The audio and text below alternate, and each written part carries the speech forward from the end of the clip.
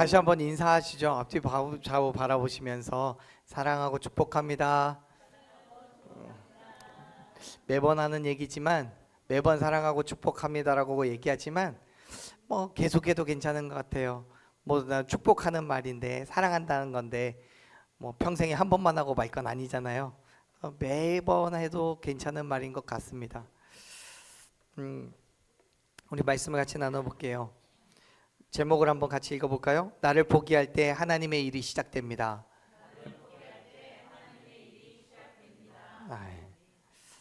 한 책에서 너무 가슴 아픈 이야기를 읽었어요.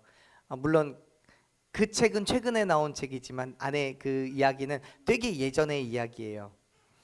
뭐 여러분들이 아실지 모르겠는데 미국의 드라마에서 되게 유명한 드라마가 있어요. 뱀파이어 연대기라는 책이 있는데 그 드라마로도 나오고 영화로도 나왔던 뭐 뱀파이어에 관련된 이야기예요.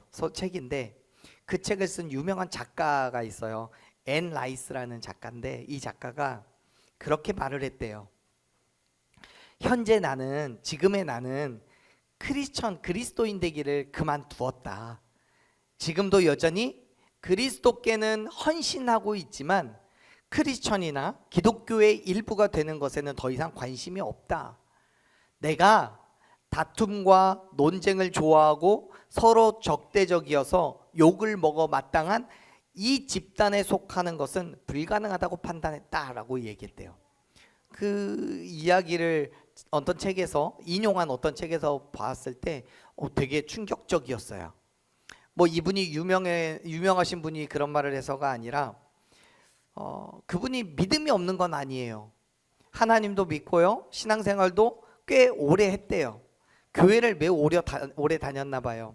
그런데 그의 눈에 어느 순간 교회 안에서 다툼, 논쟁, 또 서로 적대적인 관계들 이런 많은 문제들이 발견이 되었던 거죠.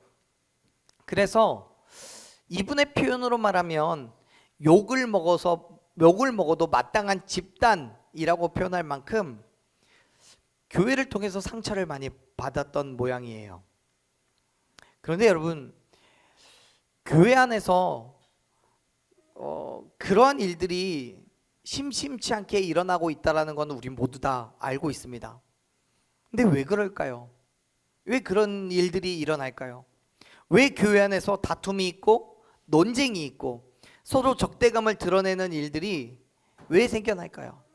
사실 그런 일들은 사회에서도 있지 않았으면 하는 일들이잖아요. 근데 왜 교회에서까지 그런 일들이 일어나냐는 거죠. 일어나는 거예요. 사실 여러 가지 이유를 생각해 볼 수 있겠지만 저는 가장 큰 이유로 그 안에는 내가 있기 때문이라고 생각합니다. 무슨 말이냐면 내 생각, 내 자아, 내 욕심, 내 만족과도 같은 나를 드러내고 싶어하는 일들 때문에 나를 주장하고 내 의견을 내세우기 때문에 다툼이 생기고 내 의견을 내세우면서 논쟁을 하게 되는 거겠죠. 그러다 보니 감정이 쌓여서 결국 적대감을 드러내게 된다고 생각합니다. 그러한 모습들이 우리에게도 보이는 거예요. 사랑하는 여러분, 제가 처음에 말씀드렸던 그 앤라이스라는 작가가 목격한 교회의 아픈 모습들, 그리고 우리의 삶에 끊이지 않는 그 갈등의 중심에는 결국 나라는 존재가 자리 잡고 있다는 사실을 여러분 기억하셨으면 좋겠어요. 그렇습니다. 많은 사람들이 나를 포기를 하질 못해요. 나를 내려놓지를 못해요. 왜냐하면 나를 내려놓는 순간 나라는 존재가 부정되기 때문에 그렇죠. 일반적으로 그렇게 내 존재가 부정되는 것을 본능적으로 꺼려하기 때문에 그렇게 되지 않기 위해서 다투고 내 의견을 내세우다 보니 갈등이 생기는 거예요. 저는 오늘 우리가 함께 읽은 말씀을 통해서 그렇게 나를 드러내려는 그 본능과 예수님을 따르려는 그 순종 사이에서 어떻게 해야 할지, 나의 무엇을 버리고 예수님을 따라 그의 말씀에 순종할 수 있을지를, 그 은혜를 나누려고 합니다. 자, 우리 다시 한번 말씀을 같이 읽어볼게요. 18절 말씀 읽어봅시다. 읽습니다. 갈릴리 해변에 다시 나가 두 형제 고 베드로라 하는 시몬과 그의 형제 안드레가 바다에 그물 던지는 것을 보시니 그들은 어부라. 아멘. 예수님께서 가버나움에서 당신의 사역을 시작하시고 복음을 전파하시며 다니실 그때에 갈릴리 해변에서 두 형제를 만나게 돼요. 그리고 그들을 제자를 삼으시는데, 사실 따지고 보자면 예수님께서 이 땅에서 행하신 그 사역 중에 제자들이 가지고 있는 의미는 크게 없다고 봐도 무방합니다. 무슨 말이냐면, 여러분 오해하지 마세요. 제자들이 필요 없다는 얘기가 아니라 예수님께서 당신이 행하실 그 사역에 제자들은 없어도 예수님 혼자서도 충분히 감당하실 수 있다는 얘기예요. 복음을 전하는 것은 물론이고 병든 자를 치료하거나 귀신을 쫓는 거나 그 모든 사역들에 있어서 제자들의 도움을 필요로 하시는 것은 아니란 말이에요. 그럼에도 불구하고 예수님은 제자를 부르셨어요. 그 이유는 뭐냐면, 예수님께서 이 땅에 오신 이유를 알게 하고 그것을 온 열방에 가르쳐서 지키게 하는 것에 목적이 있었던 거죠. 다시 말해서 예수님께서 부활하신 이후에 승천하시면서 제자들에게 남기신 그 사역, 오늘 저와 여러분에게까지도 말씀하고 계시는, 명령하고 계시는 그 사역이 있잖아요. 사도행전 1장 8절에 기록되어 있는 거예요. 예루살렘과 온 유대와 사마리아 땅끝까지 이르러 내 증인이 되라고 하신 그 사역을 감당하게 하기 위해서 예수님은 제자를 부르셨고, 그들에게 복음이 무엇인지, 예수님이 왜 이 땅에 오셨는지 그러한 것들을 가르쳐 주시기 위해서 제자들을 부르셨던 거예요. 그런데 여러분, 우리가 예수님께서 제자를 삼으신 그 사건에 대해서 잘 한번 생각해 봅시다. 예수님께서는 갈릴리 해변을 다니시다가 두 형제를 보고 갑자기 충동적으로 그들을 제자로 삼으신 것이 아니에요. 예수님께서는 그들을 충분히 살펴보셨고 그래서 그들을 불러내신 거예요. 자, 보세요. 18절 말씀에서 예수님께서 두 형제를 보셨어요. 여기에서 이 보신이라고 번역하고 있는 단어는 헬라어로 주목하다, 관찰하다 이런 의미가 있어요. 사실 마태복음 4장에 우리가 읽었던 말씀을 그 부분만을 보자면, 예수님께서 갈릴리 해변을 가시다가 우연치 않게 두 형제를 보았고 그 형제들이 충동적으로 불러내어서 제자로 삼으신 것처럼 느껴져요. 그런데 사실은 예수님께서는 이 두 형제를 주목하셔서 관찰하신 거예요. 아주 긴 시간 동안. 그런데 여기에서 더 나아가 이 보신이라는 단어가 영적으로는 깨닫다, 인식하다 이런 의미를 가지고 있어요. 그 말은 예수님께서 이 두 형제를 눈여겨보셨는데, 자세히 관찰하여 보셨는데 그들이 가지고 있는 영적인 상태까지도 아주 세밀하게 살피셨다는 의미예요. 그런데 여러분 한번 생각해 봅시다. 예수님께서 이 두 형제 베드로와 안드레라는 이 형제를 주목하여서 관찰하신 것은 어떤 부분일까요? 뭘 보셨을까요? 뭘 보셨어요? 여러분, 저는 지금 여러분께 묻고 있는 겁니다. 뭘 보셨을까요? 말씀을 보면 있잖아요. 보시니 뭘 보셨어요? 금을 던지는 걸 보셨어요. 그래요. 예수님께서는 어부였던 이 두 형제, 즉 베드로와 안드레가 그물을 던지고 있는 그 모습을 주목하셨어요. 그리고 그들을 제자로 부르신 거예요. 그런데 18절 말씀의 마지막을 보면 그들이 어부라고 얘기하잖아요. 어부가 그물을 던지는 게 뭐 특별한 일은 아니잖아요. 그런데 왜 예수님은 그들이 금을 던지는 것을 주목하셨을까요? 그 상황을 이해하려면요, 우리 누가복음까지 가야 돼요. 자, 예수님께서 두 형제인 베드로와 안드레가 그물을 던지는 모습을 주목하시고 제자로 삼으셨는데, 사실 예수님이 걸으셨던 그 갈릴리 해변에는 많은 사람들이 있었어요. 그 두 사람만 있었던 게 아니에요. 그물을 던지는 사람, 배를 몰고 들어오는 사람, 해변에서 그물을 정돈하는 사람, 또 잡은 물고기를 정리하고 사고 파는 사람, 많은 사람들이 그곳에 있었단 말이에요. 근데 예수님은 그들 중에서 이 베드로와 안드레를 관심하여 보셨고 그들이 그물 던지는 것들을 보셨어요. 그리고 그들을 택하셔서 제자로 부르신 거예요. 그런데 그 상황이 어떤 것이었는지를 누가복음에 가서 보면 알아요. 같은 사건을 기록하고 있는 누가복음 5장에 가서 보면 예수님의 그 선택이 충분히 이해가 돼요. 자, 지금 오늘 이 마태복음 말씀은 잘 갈라 놓으시고 누가복음 5장 1절부터의 말씀을 한번 가서 살펴보세요. 자, 말씀 보겠습니다. 말씀을 보면 시몬, 그 베드로는 이미 배에서 내려와서 그날 다음날 사용하기 위해서 그물을 정리하고 있던 중이에요. 자, 5장 1절에서부터 보면 베드로와 안드레는 열심히 그물질을 했지만 물고기를 잡은 게 없었어요. 그래서 빈 배로 다시 돌아와서 다음날 사용할 그물을 위해서 그물을 정리를 하고 있었던 중이에요. 여러분, 이들은요 취미로 낚시를 하고 있는 게 아니에요. 직업이 어부예요. 물고기를 잡아야 먹고 살 수 있는 사람들이에요. 그런데 웬일인지 지금 그들은 밤이 새도록 쉴 수 없이 그물을 던졌대요. 근데 물고기를 못 잡아요. 그러한 베드로에게 예수님이 오셔서 말씀하시는 거예요. 깊은 데로 가서 다시 그물을 내리라고요. 이게 말도 안 되는 것이요.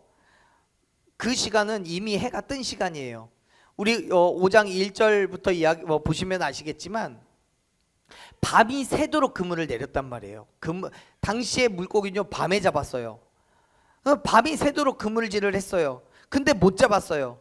이제 아침이 됐어요. 아침이 됐다는 건 이제 모든 일이 끝났다는 거예요. 그런데 예수님은 그들에게 다시 가서 그물을 던지래요. 게다가 밤새 던졌던 그물을 피곤한 몸을 이끌고 다음 날을 위해서 정리를 하고 있는 중인 거예요. 이미 정리가 끝나가고 있어요. 근데 예수님은 다시 가서 정리해 놓은 걸 다시 풀어서 던지래요. 대부분의 경우 이렇게 예수님이 말씀하시면 짜증을 내거나 뭘 모르는 소리 하지 말라고 무시하는 게 당연할 거예요. 근데 베드로는 어떻게 반응해요? 5절 말씀을 보면 이렇게 반응해요. 5절 말씀 한번 읽어볼게요. 읽습니다. 시몬이 대답하여 이르되 선생님, 우리들 밤이 새도록 수고하였으되 잡은 것이 없을만은 말씀에 의지하여 내가 그물을 내리리다 하고. 아멘. 이 말씀을 우리가 함께 읽었던 마태복음 4장의 말씀과 연결하여서 다시 한번 정리를 해보자면 이런 거예요. 예수님께서 베드로와 안드레를 주목하신 이유는 이미 고기잡이를 마치고 돌아와서 정리를 하고 있는 지치고 피곤한 몸, 그것도 아무것도 잡은 게 없어서 실망하고 좌절해 있는 베드로에게 깊은 곳에 그물을 던지라고 말씀을 하셨고, 그 말에 이들이 어떻게 반응을 하고 있는지를 보셨다는 거예요. 그리고 그 모습이 예수님이 보실 때에 너무나 흡족하신 거지요. 사랑하는 여러분, 예수님께서 부르시고 사용하는 사람은 다른 사람이 아니에요. 예수님의 말씀을 얼마나 잘 믿고 듣고 얼마나 잘 순종하고 있는가에 있음을 믿으시길 바랍니다. 누가복음 5장 5절에서 베드로가 그렇게 말하잖아요. 지금은 내가 잡은 게 없지만 너무 지치고 피곤하고 그물도 다 정리해서 인간적으로는 귀찮고 짜증나지만 예수님의 말씀에 의지하여서 그물을 다시 내리겠노라고요. 그 순종에 베드로는 놀라운 기적을 경험하게 되는 거예요. 사랑하는 여러분, 예수님은 믿음과 순종을 통하여 역사하심을 믿으시길 바랍니다. 근데 중요한 건 그 믿음과 순종이 쉽지 않다는 거예요. 왜요? 내 경험과 지식과 생각을 내려놓아야 되니까요. 여러분 생각해 보세요. 베드로가 어부였단 말이에요. 갈릴리 호수에서 잔뼈가 굵은 사람이에요. 언제 고기를 잡으면 좋을지, 어느 곳에 그물을 던지면 좋을지 속속들이 알고 있는 사람이에요. 그런데 베드로가 고기라고는 잡아본 적도 없는 예수님의 말씀을 듣고 순종한다는 것이 말이 안 되잖아요. 왜요? 여러분 한번 여쭤봅시다. 질문이에요. 여러분 예수님의 직업이 뭡니까? 전도자요, 선지자요, 그런 거 아니에요? 세상적으로 예수님이 가지고 있던 직업은 뭐예요? 목수예요. 목수랑 어부랑 무슨 상관이 있습니까? 베드로의 입장에서 볼 때 예수님의 말씀이 납득이 안 되죠. 고기를 잡는데 최적의 시간은 밤인데 태양이 바다에 눈부시게 비추는 그 아침에 다시 나가라고 얘기하니, 그리고 그물을 내리는 데는 적당한 깊이여야 될 텐데 그냥 예수님은 무작정 깊은 곳에 나가라고 말씀하시니 어떻게 말을 듣겠습니까? 더군다나 베드로는 이미 고기를 잡기 위해서 지난밤 꼬박 세웠어요. 피곤하죠. 힘들죠. 그물도 깨끗이 정리를 하고 있었어요. 당연히 베드로는 다시 그물을 내려서 간밤에 헛수고를 다시 하고 싶지 않았을 거예요. 아마도 제가 베드로라면 목수 출신 주제에 바다에 대해서 지가 뭘 안다고 그러면 투덜거렸을지도 모르겠어요. 그런데 그럼에도 불구하고 베드로는 자기의 모든 경험, 지식, 생각 다 내려놓고 예수님의 말씀에 순종한 거예요. 그때 베드로는 이전에는 잡지 못했던 고기를 상상할 수도 없을 만큼 많이 잡는 기적을 경험하게 된 거예요. 할렐루야. 사랑하는 여러분, 베드로가 그랬던 것처럼 나를 포기했을 때 하나님의 일하심을 경험하게 될 줄로 믿습니다. 그런 거예요.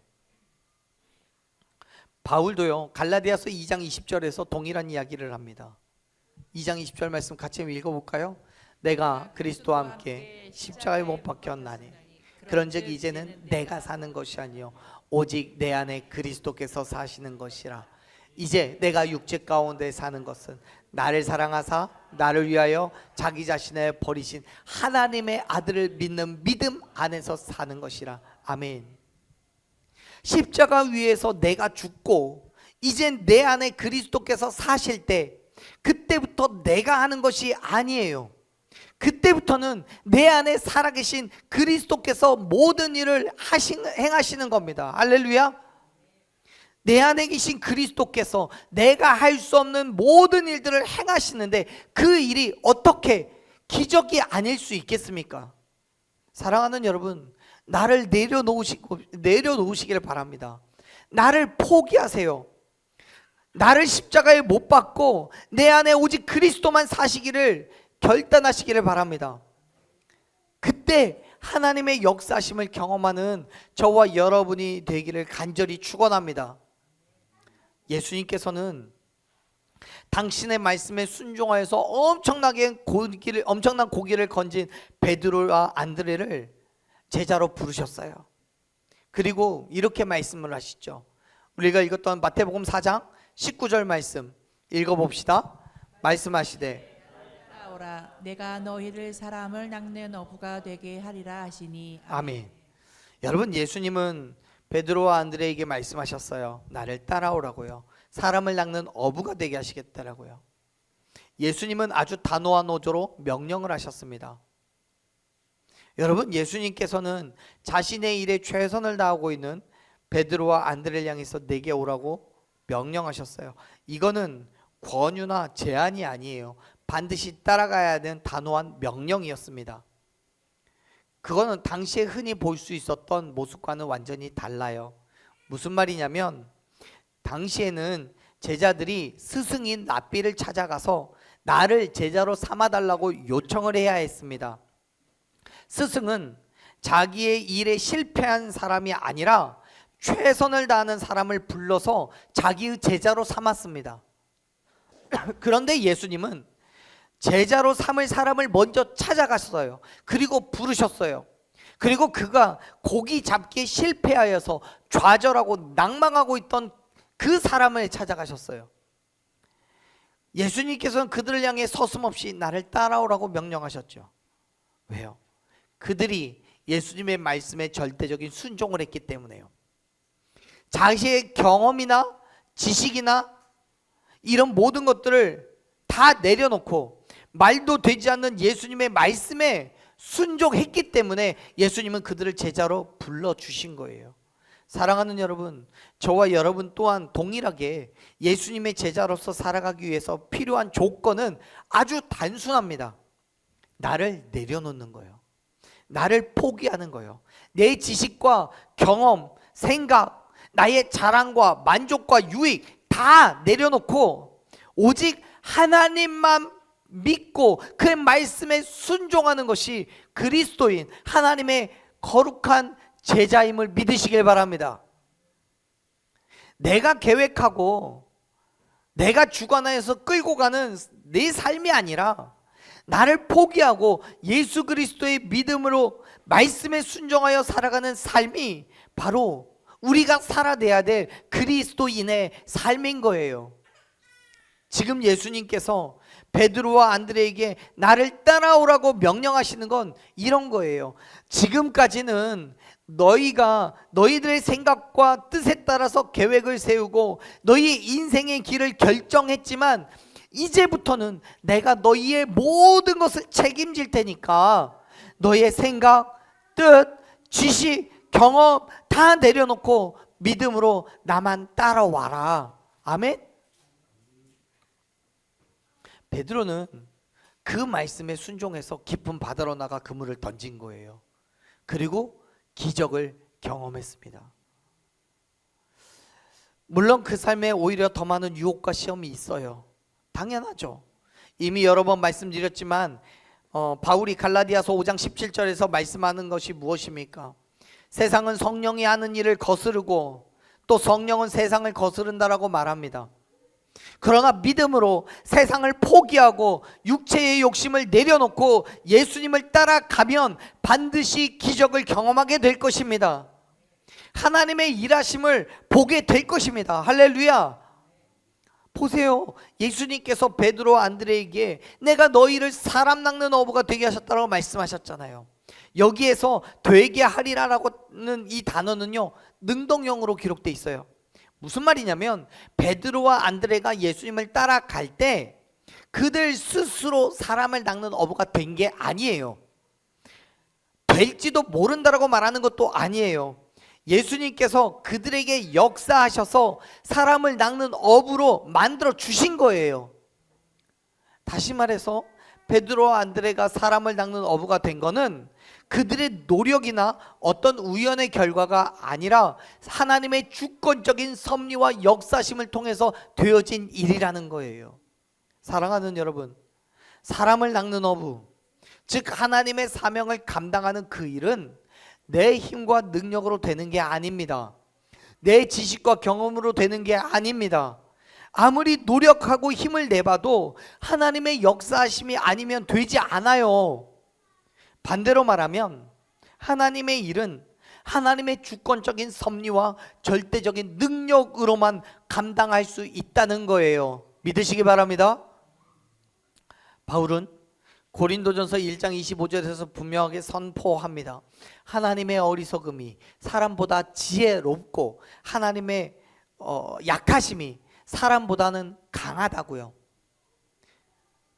그렇기 때문에 우리가 하나님을 의지해야 되는 거예요. 하나님의 섭리에 내 삶을 맡겨놓고 내 하나님의 힘과 그의 능력 앞에 우리가 굴복해야 되는 이유인 거예요. 내 지식이 아무리 뛰어나다고 할지라도 내 경험이 아무리 훌륭하고 내가 가지고 있는 힘과 권력이 아무리 뛰어나다고 할지라도 하나님 앞에서는 정말 한 줌의 재도 안 되는 거예요. 티끌만 또 못한 존재인 거예요. 그래서 우리는 그 모든 것들을 내려놓고 하나님의 일하심을 기대하며 나아가야 될 줄로 믿습니다. 내 자랑, 내 만족, 나의 교만함으로 하나님의 일은 결코 이루어지지 않습니다. 잠언 16장 9절 말씀에서도 저자는 얘기합니다. 사람이 자기의 길을 계획할지라도 그 걸음을 인도하는 이가 누구예요? 하나님이세요. 우리를 부르시는 예수 그리스도의 그 음성에 여러분 귀를 기울이십시오. 그리고 그의 섭리와 역사하심 가운데 순종하며 나아가시기를 간절히 축원합니다. 사람을 낚는 어부, 내가 할 수 없는 그 놀라운 일들을 하나님께서 반드시 감당하게 하실 줄로 믿습니다. 그 믿음으로 예수님의 부르심에 즉각적으로 반응하며 나아가는 저와 여러분이 되기를 간절히 축원합니다. 아멘. 여러분, 예수님의 부르심에 베드로와 안드레는 어떻게 반응합니까? 20절 말씀인데요. 마태복음 4장 20절 같이 읽어봅시다. 그들이 곧 그물을 버려두고 예수를 따르니라. 아멘. 베드로와 안드레는요, 예수님께서 부르시는 그 음성을 듣자마자 그물을 버려두고 예수님을 따라갑니다. 거기에는 어떠한 주저함도 없었어요. 같은 사건을 기록하고 있는 누가복음 5장 6절과 11절의 말씀을 의하면 그들은 그물이 찢어질 것처럼 많은 물고기를 잡았어요. 그런데 그 모든 것을 포기하고 예수님을 따라갔대요. 그물에 찢어지게 잡은 물고기를 다 버렸어요. 그물도 버렸어요. 자신의 생업과 삶의 자리를 버렸어요. 무슨 말입니까? 이 땅을 바라보던 삶에서 예수 그리스도를 바라보는 삶으로 바꾸었다는 거예요. 세상에 속한 삶을 살아가던 사람들이 이제는 예수님을 중심으로 삶을 살아가기 시작했다는 거예요. 버려두고라고 기록되어 있는 단어의 헬라어는요, 보내다, 포기하다 이런 의미가 있습니다.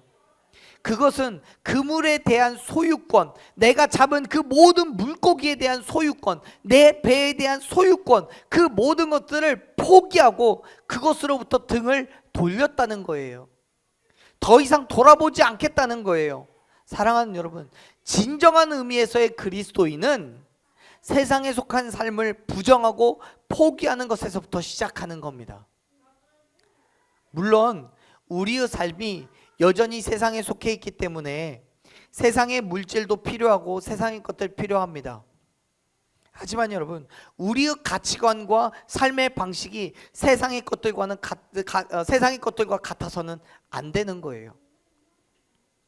그래서 바울은 로마서 12장 2절에서 우리에게 그렇게 이야기해 줍니다.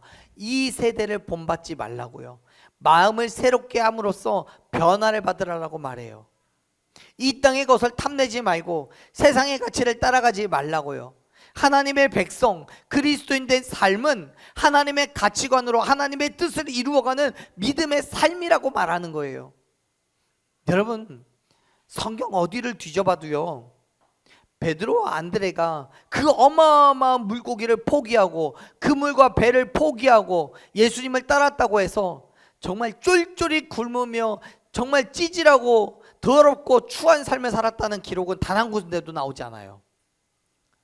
오히려 오병이어와도 같은 기적을 통해서 예수님은 당신을 따르는 모든 제자들을 먹이시고 입히셨다는 사실을 여러분 기억하시기 바랍니다. 그건 신약에만 그런가요? 아니에요. 구약에서도 그래요. 출애굽의 과정 속에서 40년 동안 하나님께서는 이스라엘 백성들에게 역사하셨어요. 그래서 말씀을 보면 그들이 입은 옷과 신발이 헤어지지 않았다라고 기록하고 있어요. 40년 동안, 죄송해요, 제가 확인은 안 해봤지만 40년 동안 그들은 옷을 안 바꿔 입었을지도 몰라요. 신발을 안 바꿔 신었을지도 몰라요. 왜요? 하나님이 그만큼 그들의 삶에 역사하셨다는 거예요. 우리도 마찬가지입니다. 우리가 이 땅을 살아가면서 물질요? 당연히 필요하죠. 여러분만 필요해요. 교회도 필요해요. 우리의 삶의 자리요, 직장이요, 직업이요, 가정이요, 집이요, 자동차요, 필요한 게 수도 없이 많죠. 하지만 여러분, 그 모든 것에 우리가 욕심내고 그것을 자랑하고 그것을 통해서 만족하는 것이 아니라 예수 그리스도께서 우리를 위해 행하신 그 일들을 기억하고 그 믿음의 삶으로 오직 예수 그리스도만 바라보고 나아갈 때 분명히 하나님께서는 저와 여러분 삶에 역사하셔서 우리를 지키시고 보호하실 뿐만 아니라 우리의 삶의 모든 필요를 충만하게 채워주실 것을 믿으시길 바랍니다. 지금 베드로와 안드레가 그러한 삶을 결단하고 있는 거예요. 자신들의 삶의 방식이 있었고 삶의 가치관이 있었어요. 그러한 삶을 함께 살아가던 동료와 가족이 있었어요. 그리고 그러한 삶에서 얻게 된 물고기, 그물, 배와 같은 것들이 있었어요. 그런데 그걸 모두 다 버렸습니다. 더 이상 그것들을 본받지 않았어요. 새로운 삶의 가치관을 받아들였고 그렇게 하나님의 백성으로 온전한 그리스도인의 삶을 결단했습니다. 그리고 사람을 낚는 어부로서의 삶을 시작하게 되었습니다. 사랑하는 여러분, 오늘 하나님께서는 저와 여러분을 당신의 백성으로 온전한 그리스도인으로 부르고 계십니다. 물론 그 부르심에는 조건이 있습니다. 모든 것을 버려야 된다는 조건이에요. 세상의 것을 포기해야 되고요, 하나님의 것을 취해야 된다는 조건입니다. 하지만 여러분, 오해하지 마세요. 세상의 것을 포기한다고 해서 완전한 빈털터리가 되는 게 아니라고요. 사도 바울은요, 빌립보서 4장 19절에서 우리에게 그렇게 선포했습니다. 읽어봅시다. 나의 하나님, 그것을 채우시니라. 아멘. 그렇습니다. 나를 포기하고 하나님을 바라볼 때 천지 만물을 창조하시고 다스리시는 하나님께서 저와 여러분의 필요한 모든 것을 풍성하게 채워 주실 것입니다. 아멘. 세상에서는 찾을 수도 없는 완전한 평안과 위로와 안식을 저와 여러분의 삶 가운데 분명하게 허락하여 주실 줄로 믿습니다. 그 믿음의 삶으로 결단하며 나아가시기를 바라요. 예수님께서는 안드레와 요한도 제자로 부르셨어요. 그리고 그들 또한 그들이 가진 모든 것, 배와 아버지까지 버려두고 예수님을 따라갔대요. 한번 말씀을 읽어봅시다. 21절 22절 같이 읽습니다. 다른 두 형제 곧 세베대의 아들 야고보와 그의 형제 요한이 그의 아버지 세베대와 함께 배에서 그물 깊을 것을 보시고 부르시니. 아멘. 22절도 읽을게요. 그들이 곧 곧 배와 아버지를 버려두고 예수를 따르니라. 아멘. 아멘. 베드로와 안드레를 부르셨던 예수님은 난데없이, 정말 난데없이 야고보와 요한도 제자로 부르셨어요. 그리고 그들도 정말 밑도 끝도 없이 예수님을 따라갑니다. 근데 사실 여기에도 누가복음 5장 10절 말씀을 보면 분명한 사건이 존재합니다. 베드로와 안드레가 예수님의 말씀에 순종하여서 엄청나게 많은 고기를 잡게 된 사건 옆에 야고보와 요한이 있었어요. 누가복음 5장 10절 말씀을 보면 세베대의 아들로서 시몬, 즉 베드로의 동업자였던 야고보와 요한이 놀랐대요. 왜 놀랐냐면 베드로와 안드레가 예수님의 말씀에 순종하여서 깊은 곳에 그물을 던졌고 그때 건진 그 물고기를 보고 놀란 거예요. 그렇기 때문에 자신들을 부르는 예수님의 말씀에 그들도 주저함이 없이 따라갈 수 있었던 거예요. 그런데 여러분, 흥미로운 것은 베드로와 안드레는 단지 그물을 버려두었다라고 기록하고 있지만 야고보와 요한은 배와 아버지를 버려두고 예수님을 따라갔다고 기록해요. 여러분, 오해하지 마세요. 아버지를 버렸다고 해서 정말 못돼 처먹은, 정말 저런 페류나 같은 것들이라고 이렇게 생각하시면 안 됩니다. 여기에서 말하는 건 정말 아버지와 인연을 끊고 이제 당신은 내 아버지가 아닙니다 하고 돌아섰던 얘기가 아니에요. 무슨 말이냐면 아버지의 통제로부터 벗어났다는 얘기예요. 당시의 사회는 북의 사회예요. 아버지를 중심으로 한 사회예요. 가부장적인 분위기가 있었어요. 그렇기 때문에 아버지는 자신의 생각, 자기의 경험, 자기의 지식을 총동원하여서 아들의 삶에 영향을 주고 있어요. 당연히 야고보와 요한 또한 아버지인 세베대의 영향력 아래에서 통제를 받고 있었던 거예요. 그렇기 때문에 지금 그들이 아버지를 버려두고 예수님을 따라갔다는 것은 아버지인 세베대의 영향력에서부터 벗어나서 예수님을 의지하기 시작했다는 의미예요. 여러분 다시 한번 생각해 보세요. 야고보와 요한은 그들이 가진 지식, 그들이 가진 경험, 그들이 가진 지혜, 그 모든 것들은 어디에서부터 나오는 거예요? 아버지로부터 나온 거예요. 근데 지금부터는 아버지를 떠났다는 것은, 버렸다는 것은 그 모든 지식들, 모든 경험들, 그 모든 것들을 다 버려두고 예수님을 따랐다는 거예요. 그렇습니다. 야고보와 요한은 폐륜적인 의미에서 아버지를 버린 게 아니에요. 여전히 아버지를 존경하고 사랑합니다. 이전과도 같이 아버지를 섬기며 돌볼 거예요.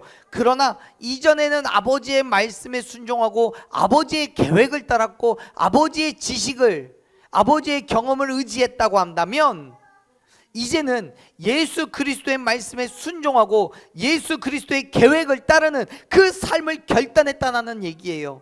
사랑하는 여러분, 성경은 우리에게 폐륜을 요구하고 있는 게 아닙니다. 다만 인간적인 생각과 지식과 경험을 따르는 것이 아니라 하나님의 말씀에 순종하는 삶을 요구하고 계심을 믿으시길 바랍니다. 그렇습니다. 사랑하는 여러분, 그리스도인은 하나님의 말씀에 집중하는 사람이에요. 하나님의 가치관으로 살아가는 사람입니다. 그러한 삶을 위해서 세상의 것을 포기해야 돼요. 버려야 돼요. 그것이 우리가 살아가는데 반드시 필요한 것이라고 할지라도 나의 그물, 나의 배, 나의 아버지, 내 삶을 움직이고 내 삶을 주관하는 그 모든 것들이 세상의 가치관 가운데 있다고 한다면, 나의 욕심이고 나의 자랑이고 나의 만족이라고 한다면 기꺼이 그 모든 것을 포기하시기를 바랍니다. 당연히 내 삶에 필요한 물질이라면, 육체의 안식과 마음의 평안을 주는 소중한 것이라면 너무도 큰 희생이겠죠. 하지만 그 모든 것 또한 하나님께 맡겨 놓으시기를 바랍니다.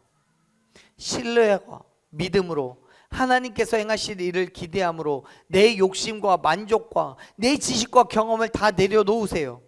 그때 하나님께서 저와 여러분의 삶에 역사하셔서 기적을 행하시는 것을 보게 될 줄로 믿습니다. 사랑하는 여러분, 앞에서 저는 한 작가의 교회에 대한 가슴 아픈 이야기를 말씀드렸어요. 만일 그 교회의 성도들이 오늘 우리가 함께 읽은 말씀 속에서 베드로와 요한과 같이,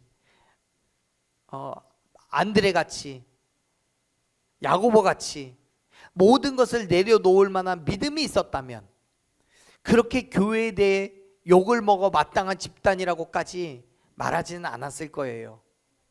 그렇다면 여러분, 이제 우리가 해야 할 일은 너무도 명확해집니다. 분명해져요.